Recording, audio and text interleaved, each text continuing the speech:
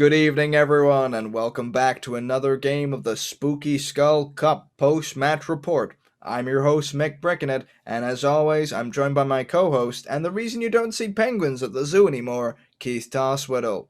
We're back again bringing you another fantastic game of Blood Bowl. This time it's the Halflings versus the Vampires. And on another note today, it's also a very special day for someone in the studio, isn't it, Keith? Yes, Mick, it is. It is a very special day indeed. We should probably talk about the game though first before we we get into the special day. Yes, Keith, the celebrations will come later, I'm sure of it. And I'm talking celebrations on a scale hitherto undreamt of, something the gods couldn't even dream of. And it's a fireworks display complete with a serenade from professional elven singer Miss Philippa McFrog. And I believe we have a sneak preview of that right now. Oh wow, Mick! Well, that sounds really awesome. Well, Keith, nothing is too great for the person I consider to be my brother in broadcasting. Now, turning our attention to the game, Keith, it seems that the Vampires' luck has really turned around for them this half, with them not only scoring but also taking down star player Carla von Kill, who is on loan for the Halflings. Yes, Mick, I'm not sure what it was about the Halflings today, but they just didn't seem to bring their A-game. Even the Master Chef Ainsley Carrots brewing up such fantastic pre-game meals for the team, they just didn't seem to be in the zone this half.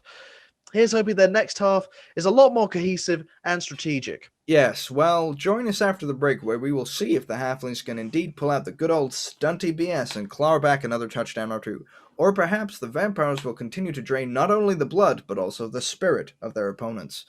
As well as that little celebration that I was talking about as well. Stay tuned. Bye.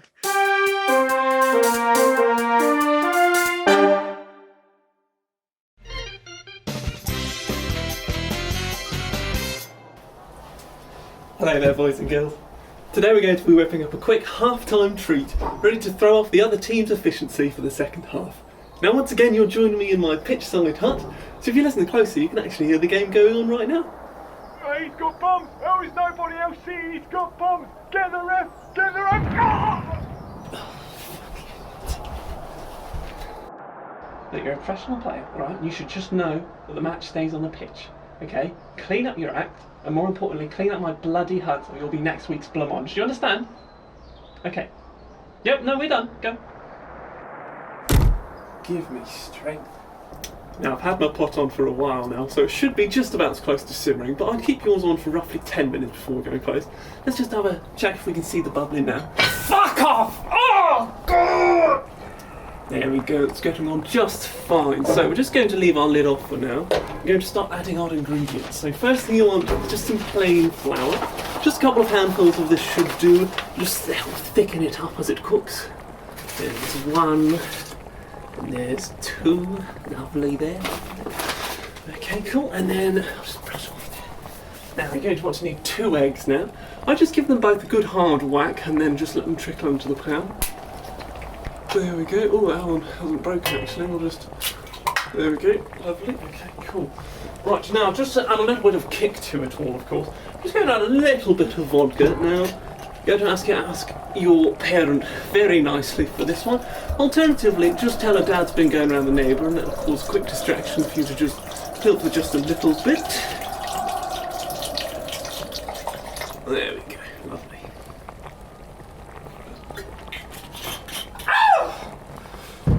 Okay, and that reminds me now, we're just going to need a carrot on top of that, of course. None of my recipes go without a carrot. Now, you're going to want to just dip your hand in a little bit of the egg and just give it a good lathering over the top, of course.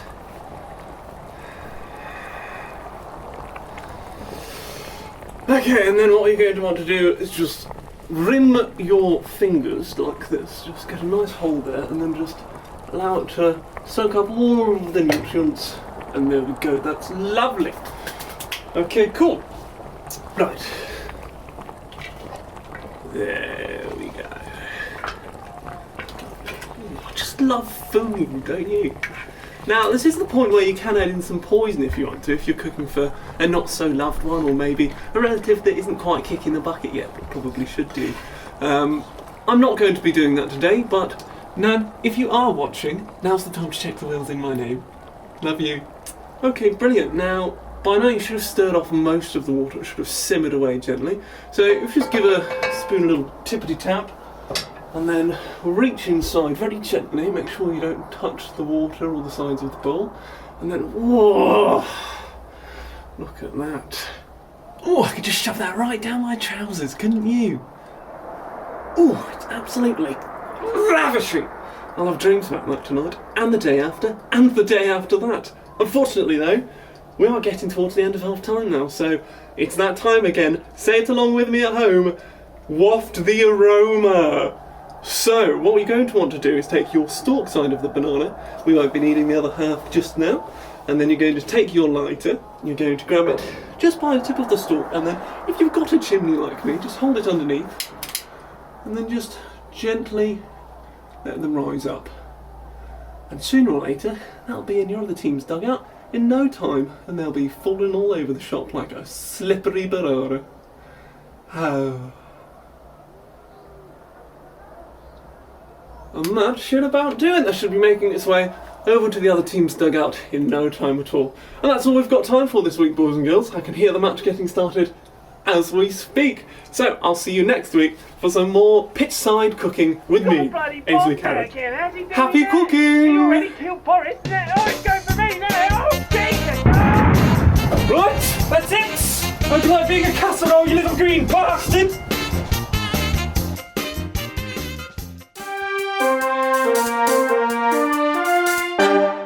Welcome back, everyone, to the end of the Halflings versus the Vampires with a shocking 2-0 victory for the Vampires. An incredibly entertaining game for those who watched, with just so many casualties throughout the match. Your thoughts, Keith? Well, Mick, I can't speak for both coaches, but I think they've both learned a lot from this game. The most important thing I think they learned was that it all comes down to the dice at the end of the day. As they say, Nuffle giveth, and Nuffle taketh away. Does anyone know what he's talking about when he said dice? I think he's metagaming again. With the Halflings booted down to third place, it really looks like this league is beginning to throw surprise after surprise at us, and really for most teams in the league, it's still all to play for going into these last few matches. Well, disregarding the Chaos Dwarfs and the League of Extraordinary and Annoying Individuals, of course. Well, yeah, I have to agree with you there, Mick. Even though the results of this game really were not what they were hoping for, I think the Halflings still have a trick or two up their tiny sleeves. Well, I'd have to agree, Keith. Well, everyone, I believe it's time to unveil that special celebration I mentioned at the start of the show. Are you ready, Keith? Yeah, yes, Mick, I think I am ready. Okay, well, without further ado, let me be the first to say a happy birthday to a man who has been a source of happiness and joy in my life. A man who, if he didn't exist, I wouldn't be able to do my job at all, really. Today, I want you all to join me in wishing my favorite member of our journalistic little family. You know him. You love him. There's an E in his name. Jared, happy birthday. It's my assistant, Jared. Let me tell you, Jared, you've really been on fire today. That coffee you brought me this morning, spicy, sweet, beautiful. You're amazing, and I will always love you. Keith, we didn't actually receive your gift for Jared in the studio, so I went ahead and just took some stuff from your house. I hope that's okay. Jared, what do you mean it's not your birthday? Then who are all these gifts for? You can have them anyway. You're doing such a fantastic job, sport. Only comes 5 times a year, you know. Anyway, that's going to do it here for us at the studio.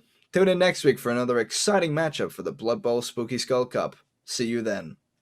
Keith, what are you wearing that stupid hat for?